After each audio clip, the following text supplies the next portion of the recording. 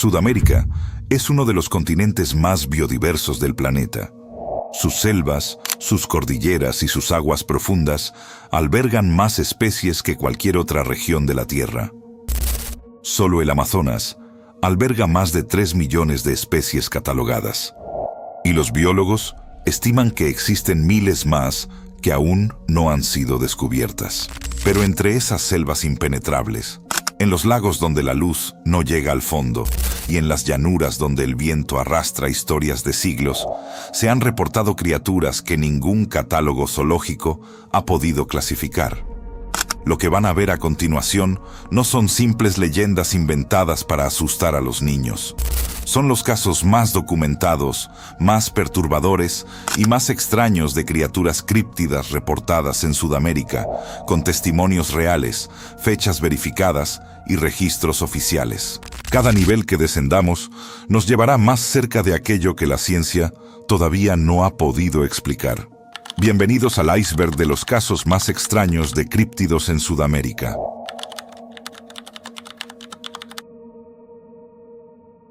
Entre las regiones rurales de Sudamérica, desde el norte de Chile hasta los llanos venezolanos, los ganaderos hablan de una criatura que aparece sin previo aviso. Ataca al ganado en las noches sin luna y desaparece sin dejar huellas visibles. Su nombre se ha convertido en sinónimo del enigma zoológico más famoso de Latinoamérica.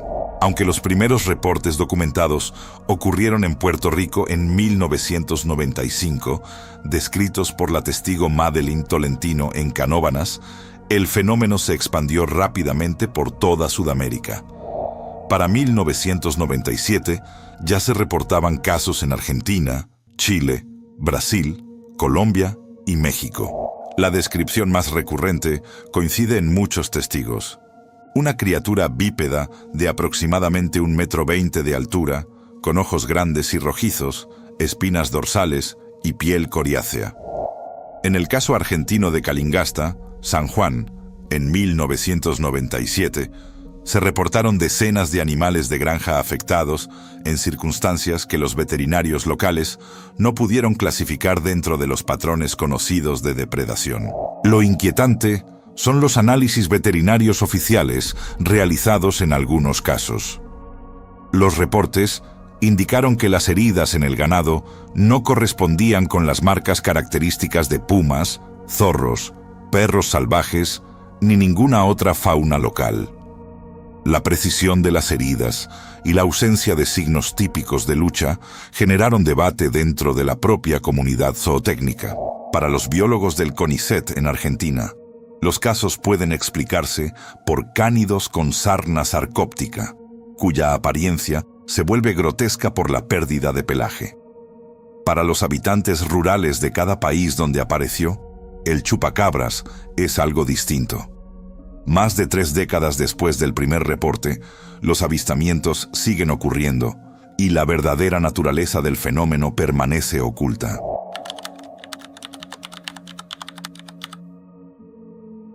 En lo profundo de la selva amazónica, donde los ríos se vuelven tan oscuros que reflejan el cielo como un espejo negro, los pueblos indígenas hablan desde hace generaciones de una criatura colosal que camina sobre 2 patas y emite un grito que paraliza a quien lo escucha. Su nombre en lengua tupí significa el que tiene el pie torcido. Los reportes del Mapinguari están documentados extensamente en la literatura etnográfica.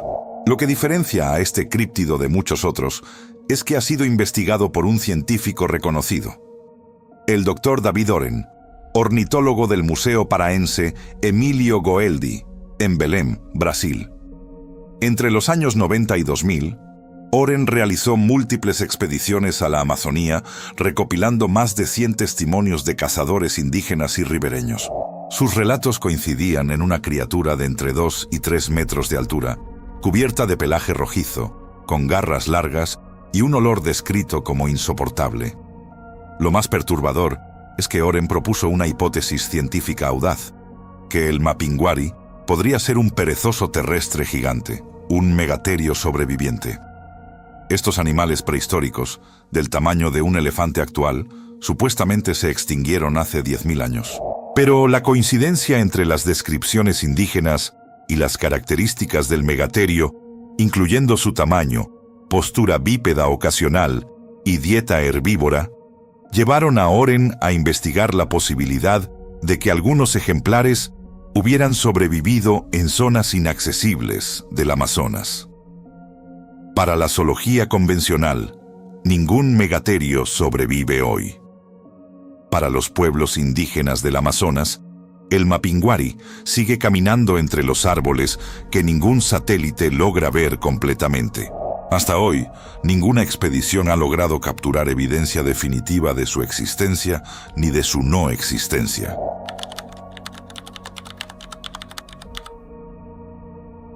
En los ríos más profundos del Amazonas peruano, ecuatoriano y brasileño, los pescadores cuentan que existe una serpiente cuyo tamaño desafía cualquier registro zoológico conocido. Su nombre en quechua significa, literalmente, madre del agua, y los pueblos que viven a orillas del río la consideran tanto una protectora como una amenaza.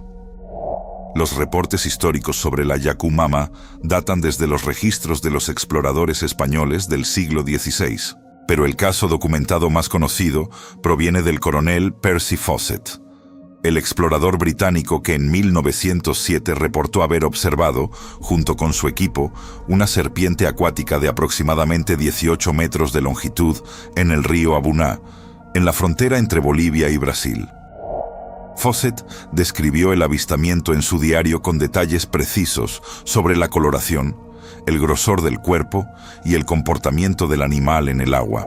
Las anacondas verdes, las serpientes más grandes documentadas oficialmente en el Amazonas, no superan los 9 metros, lo que hace que las medidas reportadas por Fawcett resulten especialmente inquietantes. Lo más extraño son los reportes contemporáneos.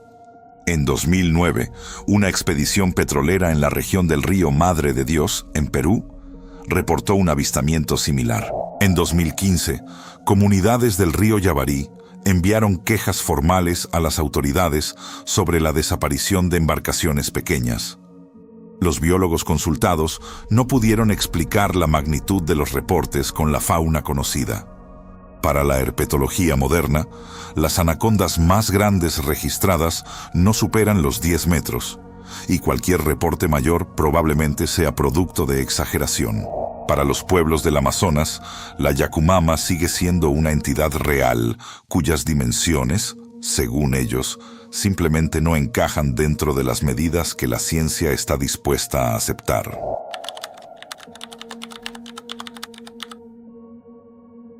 En el sur de Argentina, encerrado entre montañas nevadas y bosques milenarios, se extiende un lago de 550 kilómetros cuadrados y una profundidad máxima de 464 metros. El lago Nahuel Huapi, en la provincia de Río Negro, alberga uno de los misterios criptozoológicos más antiguos del continente americano. Los primeros reportes oficiales se remontan a 1922.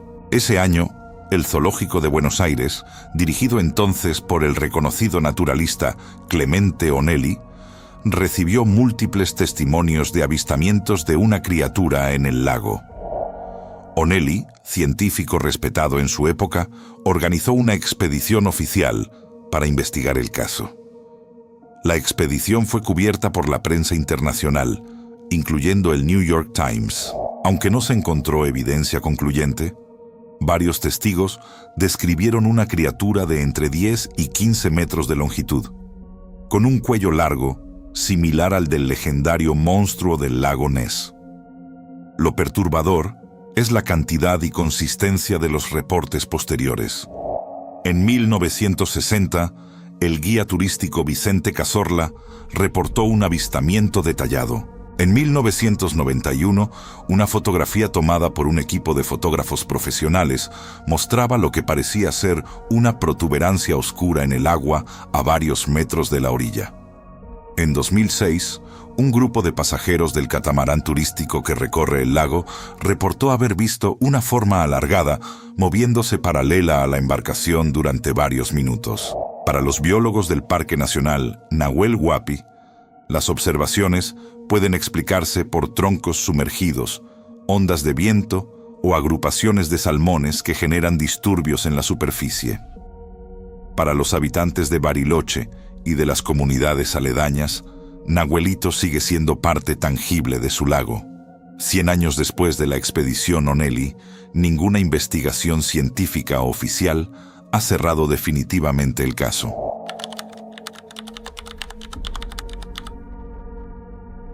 En las llanuras de Argentina, Paraguay, Uruguay y el sur de Brasil, durante las noches de luna llena y especialmente en las noches del martes y viernes, los habitantes rurales hablan de una criatura cuya leyenda está tan profundamente arraigada que llegó a influir incluso en la legislación argentina.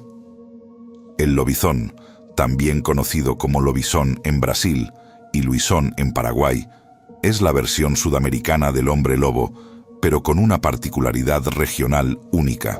La creencia popular sostiene que el séptimo hijo varón consecutivo de una familia, sin hermanas mujeres entre medio, está condenado a transformarse en esta criatura durante las noches de luna llena. La leyenda generó tal ansiedad social en zonas rurales argentinas durante el siglo XX que se reportaron casos de séptimos hijos varones rechazados, abandonados o tratados con superstición. Lo extraordinario es la respuesta institucional.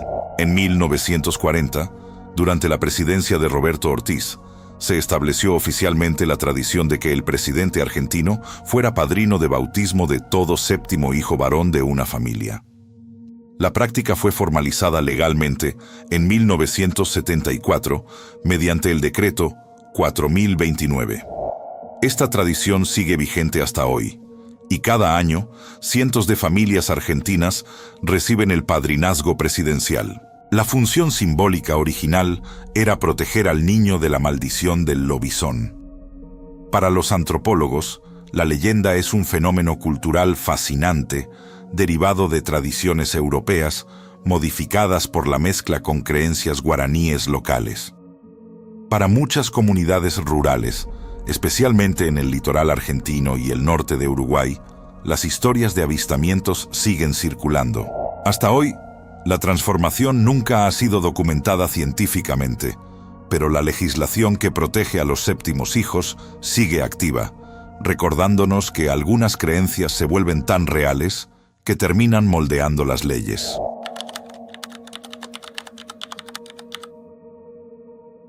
En los montes y bosques del noreste argentino, Paraguay, sur de Brasil y Bolivia, donde la selva guaraní aún conserva zonas que ninguna carretera ha tocado, los habitantes rurales evitan silbar al atardecer. Existe una criatura que, según la tradición, responde al silbido y se manifiesta junto a quien lo invoca sin saberlo. El pombero forma parte de la mitología guaraní desde hace siglos. Las descripciones tradicionales lo presentan como un ser de baja estatura, de aproximadamente 1,20 m, con cuerpo cubierto de pelo, manos peludas y pies extremadamente grandes y vueltos hacia atrás, lo que le permite confundir a quien intenta seguir sus huellas. Los antropólogos que han estudiado la cultura guaraní, como el etnólogo Bartomeu Meliá, documentaron centenares de testimonios desde fines del siglo XIX hasta la actualidad. Los relatos coinciden en que el pombero protege la selva, los animales y los nidos de aves, y se vuelve hostil cuando los humanos perturban su territorio. Lo perturbador son los reportes contemporáneos. En la provincia argentina de Corrientes, en 2008, varias familias rurales del departamento de Mercedes reportaron sonidos de silbidos en sus patios durante las noches, seguidos de objetos que se movían sin explicación dentro de las casas. Las autoridades policiales documentaron las quejas, aunque no pudieron determinar la causa. Los reportes son tan frecuentes en zonas rurales que muchas familias dejan ofrendas de tabaco y miel en las afueras de sus propiedades para mantener al pombero en buenos términos. Para los antropólogos, los relatos son parte de un sistema cultural vivo que conserva la cosmovisión guaraní en pleno siglo XXI. Para los habitantes del litoral, El pombero no es una metáfora ni un personaje de cuentos infantiles. Es alguien real, alguien que puede aparecer cuando se silba al atardecer en el lugar incorrecto.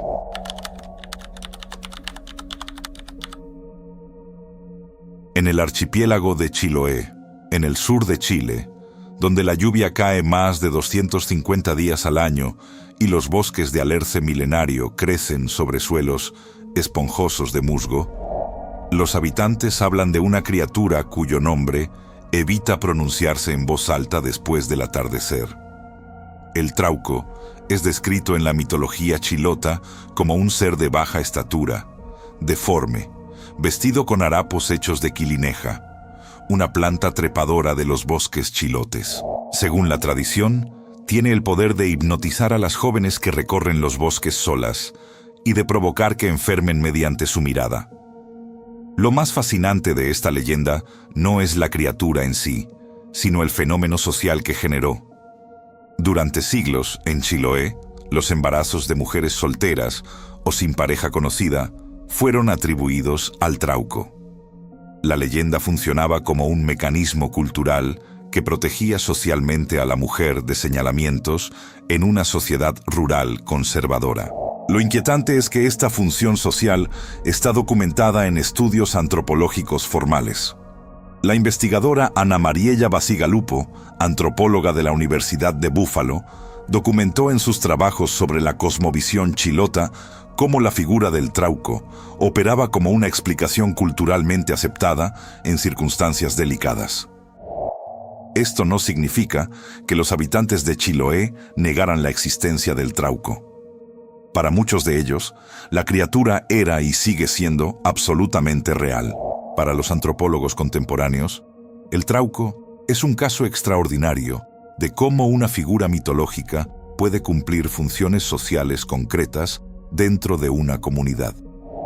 Para los chilotes que viven en las islas más alejadas del archipiélago, donde los bosques siguen siendo prácticamente impenetrables, el trauco no necesita ser explicado.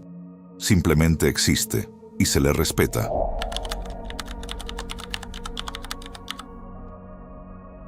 En las regiones rurales de los Andes peruanos, especialmente en las zonas altas de Ayacucho, Apurímac, Huancavelica y Cajamarca, los habitantes campesinos han transmitido durante siglos el miedo hacia una entidad cuya naturaleza ha sido tan persistente que ha generado consecuencias sociales reales en pleno siglo XXI. El pixtaco, cuyo nombre proviene del quechua pixtay, que significa degollar o destazar, es descrito en la tradición andina como un hombre extranjero, generalmente alto, de piel clara y rasgos europeos, que aparece en zonas rurales con el supuesto propósito de extraer la grasa corporal de los campesinos. La leyenda tiene raíces que se remontan a la época colonial, cuando los pueblos andinos asociaron a los conquistadores españoles con figuras que parecían apropiarse de sus cuerpos y energías. La antropóloga Mary Weismantel, de la Universidad de Northwestern, dedicó un libro completo al estudio de esta figura, titulado Cholas and Pixtacos, donde documenta cómo la creencia ha persistido y se ha transformado a lo largo de los siglos. Lo más perturbador es que la creencia en el pixtaco ha generado eventos sociales documentados oficialmente. En noviembre de 1988, una funcionaria de las Naciones Unidas que visitaba comunidades rurales en el departamento de Ayacucho fue confundida con una pixtaco por habitantes locales, generando un incidente que requirió mediación oficial. En 2009, las autoridades peruanas reportaron casos en los que comunidades aisladas se mostraron reticentes a recibir visitantes externos por temor relacionado con la leyenda. La persistencia del pixtaco como elemento cultural vivo ha sido objeto de múltiples estudios académicos publicados en revistas especializadas. Para los antropólogos, el pixtaco representa una figura cultural compleja que sintetiza siglos de experiencia colectiva con figuras de poder externas a las comunidades andinas. Para los pobladores de las zonas más rurales del Perú, el pixtaco no es una metáfora ni un personaje de cuentos. Es una amenaza real, cuya descripción se transmite con seriedad de generación en generación.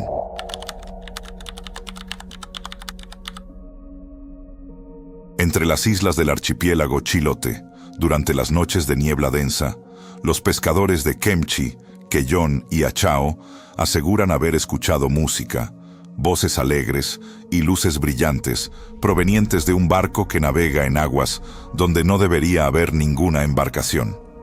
Su nombre es conocido por todos los habitantes del sur de Chile. El Caleuche es descrito en la tradición chilota como un buque fantasma tripulado por brujos y por las almas de quienes perecieron en el mar. Según las descripciones tradicionales, el barco aparece y desaparece a voluntad, navega tanto sobre el agua como bajo ella, y emite música de fiesta que se escucha a kilómetros de distancia. Los registros etnográficos del Caleuche se encuentran documentados desde el siglo XVIII. Lo más perturbador son los reportes modernos. En 1993, varios pescadores del canal de Chacao reportaron simultáneamente haber escuchado música de fiesta proveniente de las aguas durante una noche de niebla intensa.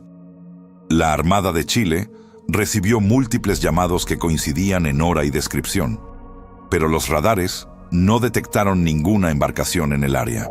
Para la oceanografía moderna, los fenómenos pueden explicarse por reflejos lumínicos sobre la niebla, espejismos acústicos generados por capas de agua a diferentes temperaturas, o reflejos de embarcaciones distantes. Para los habitantes de Chiloé, especialmente los más viejos, el Caleuche es tan real como las islas mismas, y nadie, ni siquiera los marinos más experimentados, se atreve a navegar en sus aguas durante las noches de niebla más densa.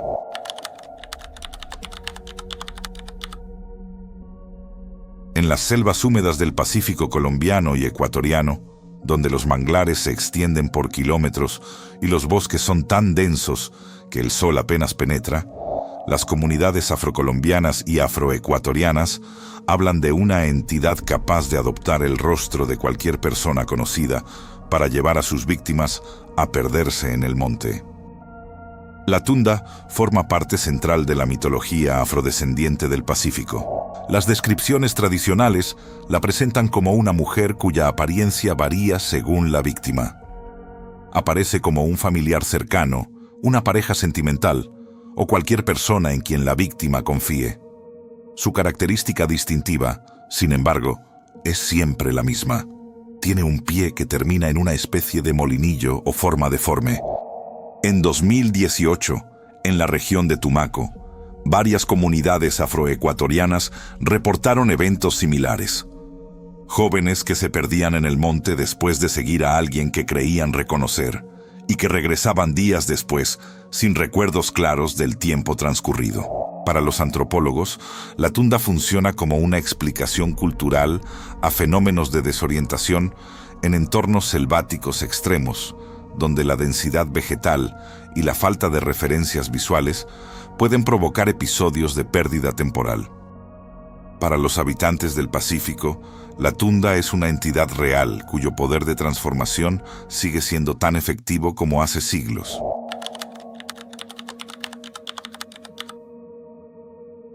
En las montañas y selvas de Colombia, especialmente en los departamentos de Antioquia, Caldas y Tolima, los campesinos hablan de una entidad femenina poderosa que protege el bosque y que se manifiesta especialmente cuando la luna está llena y la niebla baja desde las cumbres hacia los valles. La Madre Monte, también conocida como Madre Monte o Marimonda, es descrita en la tradición colombiana como una mujer alta, robusta, vestida con musgo, hojas y enredaderas, con un rostro que algunos testigos describen como humano y otros como inhumano. Las leyendas la asocian con tormentas torrenciales repentinas, crecidas de ríos y enfermedades que afectan a quienes invaden su territorio. Los registros antropológicos sobre la Madre Monte aparecen en los trabajos de Javier Ocampo López y de otros folcloristas colombianos desde mediados del siglo XX. Lo más perturbador son los reportes modernos en zonas mineras y de explotación forestal. En la década de 2000, Varios trabajadores de empresas madereras del sur de Antioquia reportaron a las autoridades enfermedades y accidentes inusuales durante operaciones en zonas consideradas tradicionalmente Monte de la Madre Monte. En 2014, un equipo del Servicio Geológico Colombiano, que realizaba estudios en la zona del páramo de Sonsón, reportó condiciones meteorológicas anómalas que les obligaron a abandonar el trabajo de campo. Los habitantes locales no se sorprendieron del relato. Para los meteorólogos, los eventos pueden explicarse por la complejidad climática de los Andes tropicales, donde tormentas pueden formarse y disolverse en cuestión de minutos. Para los campesinos colombianos, la Madremonte sigue defendiendo el bosque que le pertenece. Cualquiera que se interne en su territorio sin respeto sabe que tarde o temprano enfrentará consecuencias.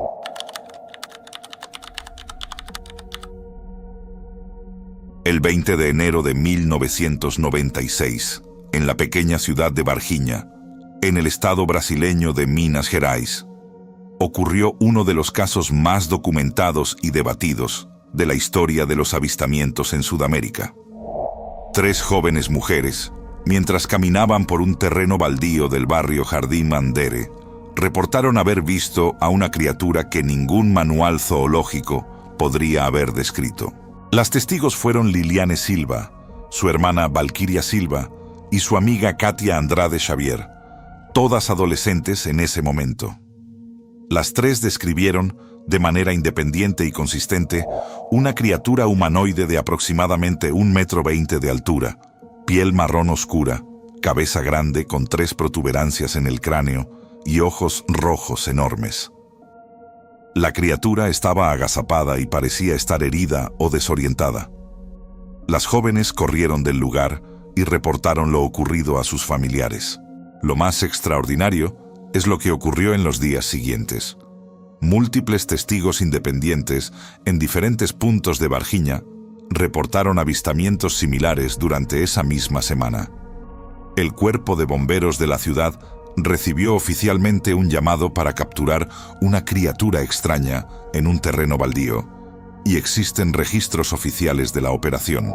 Posteriormente, residentes reportaron movimientos militares inusuales en la zona, incluyendo camiones del ejército que se trasladaban con precaución.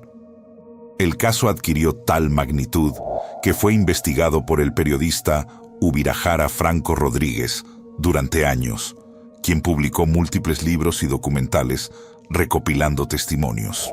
Para las autoridades militares brasileñas, oficialmente nunca ocurrió nada extraordinario. Para los habitantes de Varginha, donde hoy existe incluso una estatua oficial conmemorativa del evento en el centro de la ciudad, lo ocurrido en enero de 1996 sigue sin explicación. Casi 3 décadas después, los testigos mantienen sus relatos, y su verdadera naturaleza permanece oculta.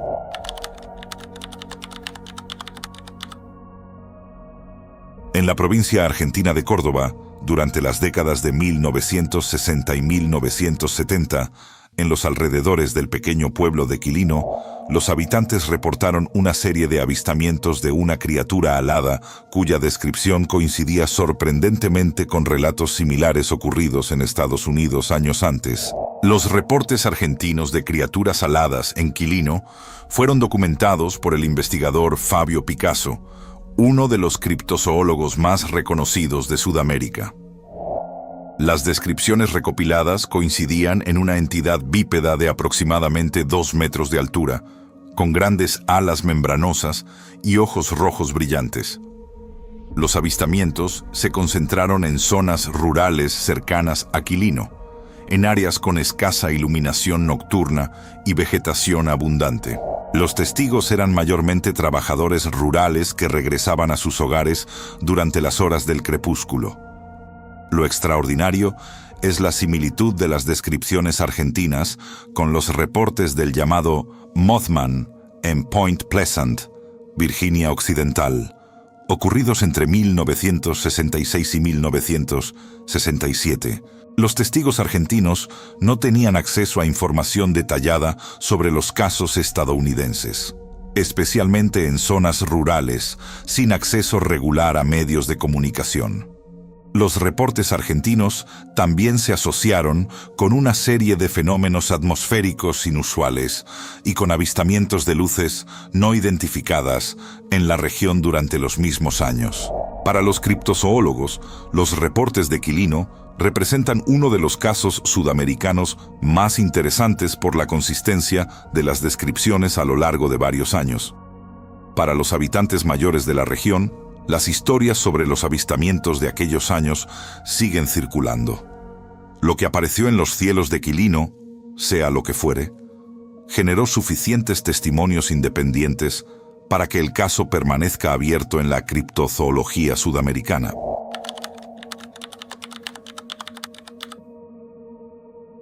En las regiones más remotas del Amazonas brasileño y boliviano, donde la selva es tan densa que los satélites apenas pueden distinguir la geografía bajo el dosel, existen reportes de una raza de seres humanoides cubiertos de pelo, cuya existencia fue documentada por uno de los exploradores más célebres de la historia.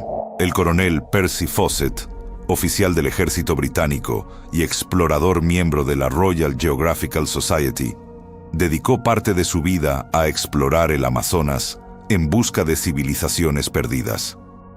Entre 1914 y 1925, Fawcett documentó en sus diarios encuentros con grupos de seres a los que llamó Maricoxi.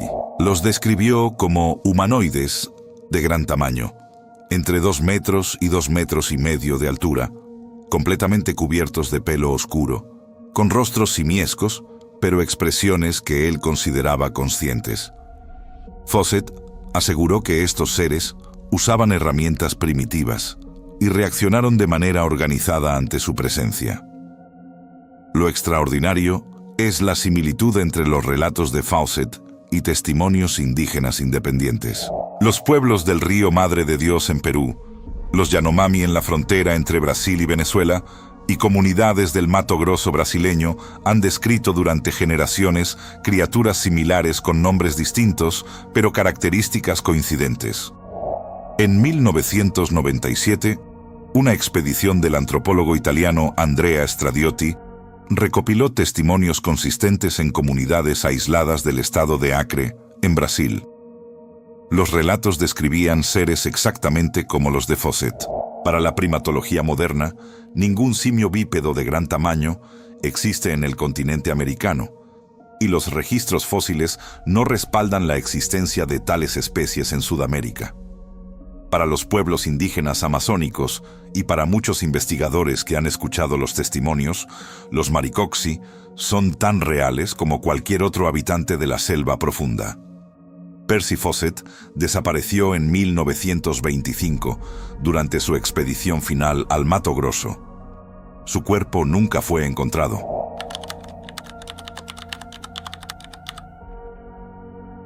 En los llanos venezolanos, donde la inmensidad del horizonte plano genera una sensación de vulnerabilidad única, los habitantes hablan de una entidad femenina cuya aparición está asociada a un castigo que persigue a quienes traicionan ciertos códigos de comportamiento.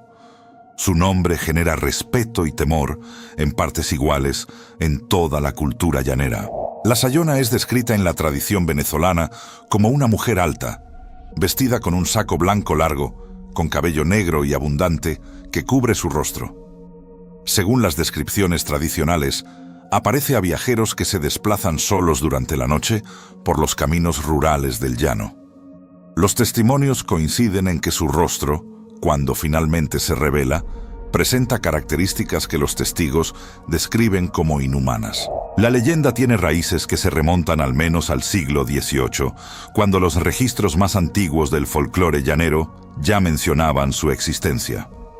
Lo más perturbador son los testimonios contemporáneos documentados por los investigadores del folclore venezolano.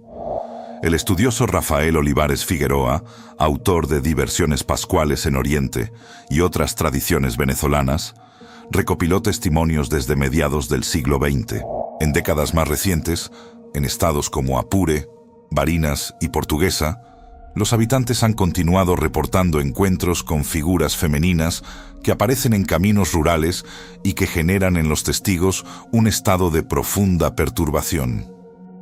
Algunos relatos describen vehículos que se detienen sin explicación cerca de zonas asociadas tradicionalmente con apariciones de la Sayona. Para los antropólogos, la Sayona es una de las figuras más complejas del folclore latinoamericano por su combinación de elementos punitivos, mensajes morales tradicionales y características que la convierten en arquetipo cultural.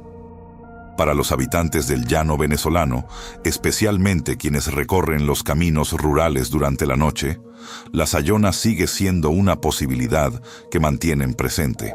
Y la tradición oral, que ha sobrevivido siglos de cambios sociales, continúa transmitiendo su historia a cada nueva generación.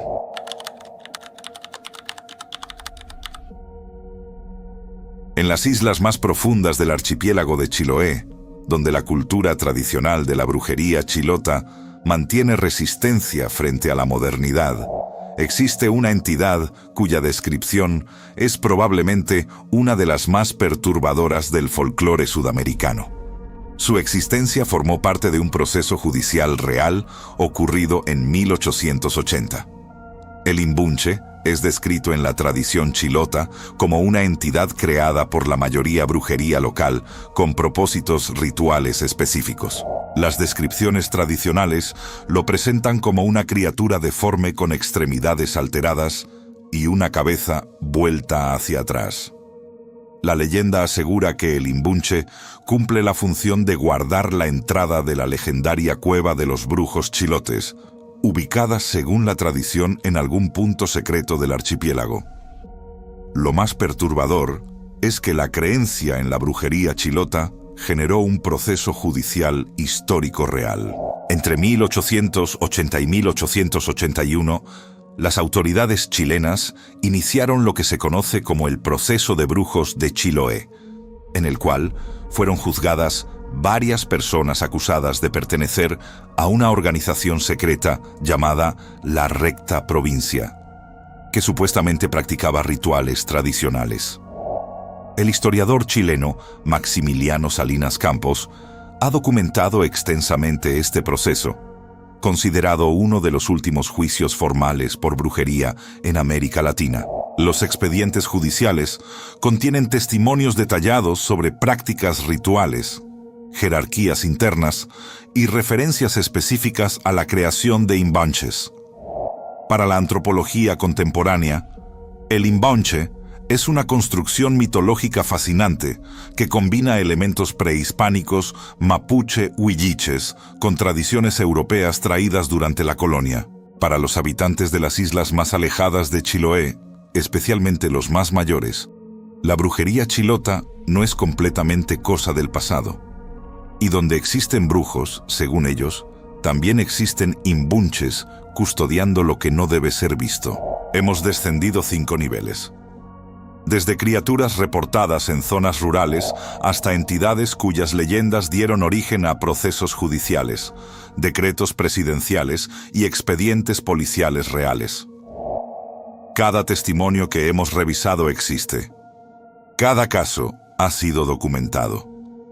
Y sin embargo, la pregunta más perturbadora no es si estas criaturas son reales o no. Es comprender que en un continente donde la selva todavía esconde más especies de las que la ciencia ha catalogado, donde lagos enteros permanecen sin explorar y donde culturas ancestrales conservan conocimientos que la modernidad apenas comienza a respetar, todo lo que estas comunidades reportan podría tener una base que aún no estamos preparados para aceptar.